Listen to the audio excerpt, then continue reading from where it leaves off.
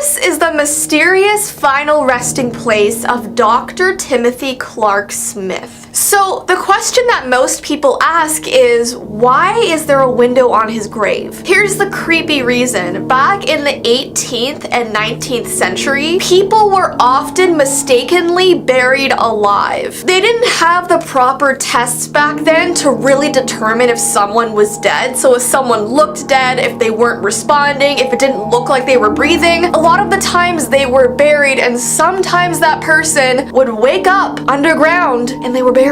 This spontaneous act of waking up after you've been buried is called the Lazarus syndrome. It is described as the spontaneous return of circulation after failed attempts at resuscitation. What is even creepier is that there have been coffins taken out of the ground hundreds of years later and there's scratch marks inside of them. So people really did have a strong fear. They did not want this to happen to them. So Timothy Clark Smith decided to design his own grave that had a window in it just in case he woke up and had to call for help, or if someone looked in and saw him struggling. It was more for safety reasons. It's still there to this day, and people often go up with flashlights and look through the window. What's kind of eerie is that this doctor actually died on Halloween. He was put into the grave that he designed for himself, and as far as people know, he never woke up. His grave can be found at Evergreen Cemetery in New Haven, and it looks just like it did hundreds of years ago. The only thing is that if you look at the window, it's kind of foggy, there's mold growing around the edges. The window doesn't look as clear as it used to. What's creepy is that many visitors of this graveyard often claim to see a green light glowing from the window of his grave.